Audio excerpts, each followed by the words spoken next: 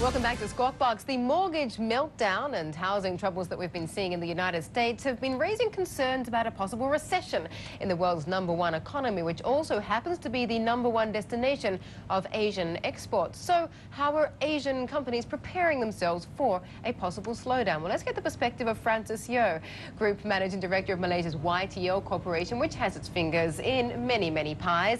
He's also in town for the Forbes CEO conference, joining us here in Singapore. Francis, it's a real pleasure to have you once again on our show. Pleasure to be here.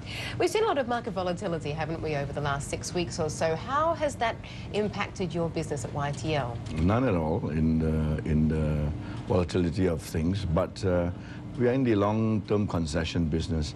But this provides a rare opportunity. I've been thinking, how on earth can there be prosperity for the last 11th year?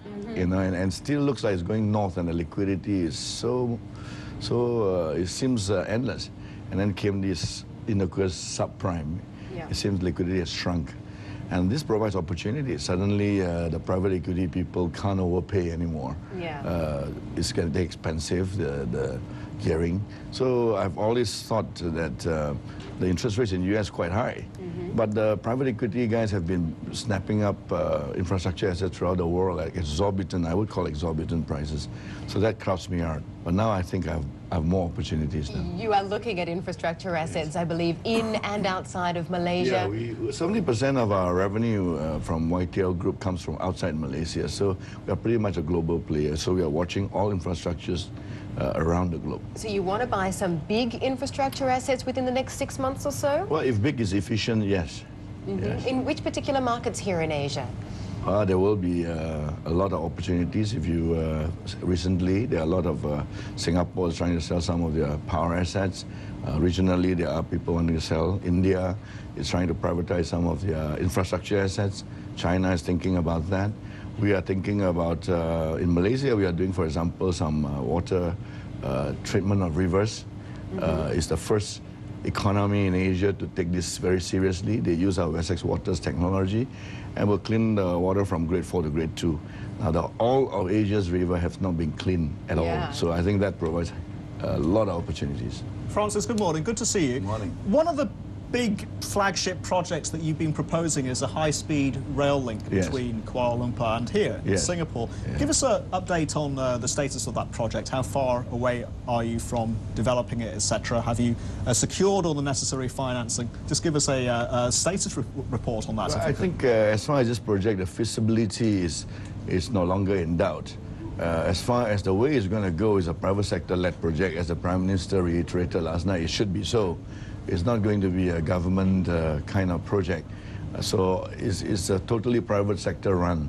So we are going through all the motions to make sure we explain, articulate very, very well the economic benefits for both economies, Singapore and Malaysia, and whether it has an impact. And I think it's positive for both now. I think most of the decision makers are wary of the fact that it's a good project, but it's up to the private sector to lead it. Talking about the private sector, are you in talks with any companies to get on board as joint venture partners to help you develop this project? At this point of time, there's no necessity except for technological partners who build these trains. We're talking about a 1.5-hour train between KL and Singapore, which is incredibly exciting. And the dynamic they will change. Look at the London-Paris train has changed the whole way business, Properties actually converged from Paris to London from 23% to 4% in 4 months. Francis, if I can just squeeze a little bit more information out of you with regards to these infrastructure assets that you're looking at buying here in the region. How close are you to announcing one of these acquisitions to the market? I've been very patient for a while, so I've been raising some money of late, slowly. In anticipation for that. No problems at all raising money, because obviously lenders are becoming a bit choosier about who they're lending to, and that does not affect you? In YTL's case, absolutely none. We have just to raise some money in case we have got some prospective acquisitions. Recently, it was well oversubscribed, some of the debt that we wanted to raise. So what's your budget? What's your arsenal right now in terms of what you can spend? We have got about 7 billion cash reserve in the company. So that gives us firepower to acquire up to 70 billion of assets. So I think we have enough, but we are just now adding a bit more to the war chest, just in case the opportunities come quicker than we anticipated. Okay, well, we're looking forward to hearing more details when, of course, you are at liberty to provide them. Yes. Francis Yeoh joining us there from YTL Corporation.